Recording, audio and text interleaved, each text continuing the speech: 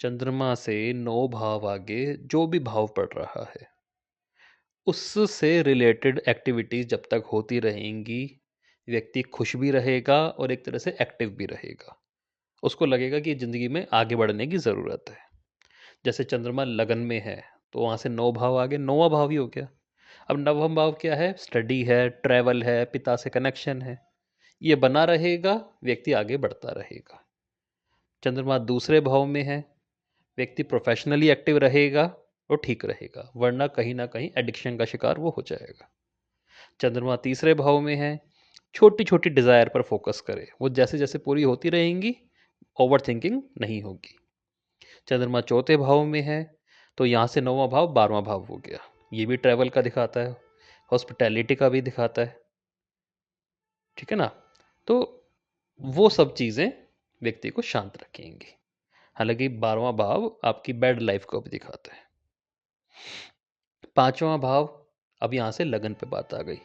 5वें भाव का चंद्रमा अपने अटायर पर, अपनी लुक्स पर, अपने बिहेवियर पर जितना फोकस करता रहेगा, इंप्रूवमेंट करता रहेगा, खुश रहेगा, लाइफ भी आगे बढ़ती रहेगी, एंग्जाइटी नहीं होगी। 6ठे भाव का चंद्रमा, ऐसा व्यक्ति जब तक परिवार से जुड़ के रहेगा, फूड हैबिट अपनी मेंटेन करेगा, पैसे कमाता रहेगा, खुश रहेगा। जैसे ऐसा व्यक्ति चुप होगा, इसको एंग्जाइटी हो जाएगी। 7वां भाव का चंद्रमा, दोस्तों से कनेक्शन बन जाए, छोटी मोटी ट्रैवल मिल जाए, ठीक है ना, ह्यूमर निकालने की जगह मिल जाए, अपने आप को अभिव्यक्त करना चाहेगा। 8वां भाव का चंद्रमा, अब यहाँ से 9वां भाव चौथा भाव हो गया। घर को सजाना, घर में शांति, घर में पार्टी, ये सभी चीज़ें इन्हें पसंद आएंगी। 9वां भाव का चंद्रमा, बच्चों से रिलेटेड एक्टिविटी, नए नए स्किल सीखना, ठीक है ना, जो भी चीज़ें 5वें भाव की होती है। 10वां भाव का चंद्रमा, अब किसी का 10वां भाव में चंद्रमा है, ऐसा व्यक्ति बस अपने रूटीन फॉलो कर ले, या इनको ऐसा काम मिल जाए जिनमें ये डेली बिजी हो जाए, ये खुश रहेंगे, ठीक है ना। इन्हें डेली रूटीन नहीं मैनेज करना आया, इनको एंग्जाइटी हो जाएगी या प्रोफेशनल लॉस हो जाएंगे। 11वें भाव का चंद्रमा 7वें भाव पे जा रही है, नव जो 9 भाव आगे जा रहा है। अब 7वां भाव लोगों से जुड़ने का भी होता है, पर्सनल रिलेशनशिप को भी अच्छा रखने का होता है, डेली आमदनी का भी होता है, ठीक है ना, आपकी स्किन का भी हो जाता है कई बार।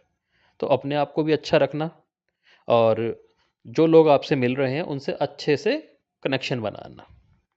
12वें भाव का चंद्रमा अष्टम भाव को देखा जाएगा। ऐसा व्यक्ति ना मानसिक तौर पर सिक्योरिटी मांगता है, कि कहीं मेरे को अकेला तो नहीं छोड़ दिया जाएगा, या मैं अकेला तो नहीं रह जाऊंगा लाइफ में।